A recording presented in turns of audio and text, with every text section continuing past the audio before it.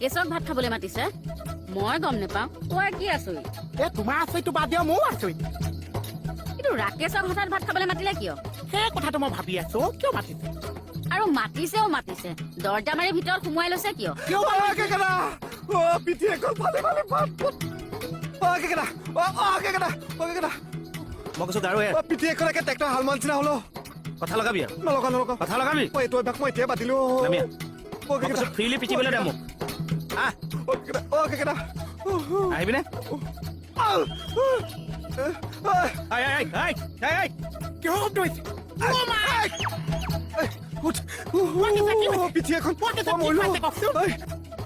কেনে গলি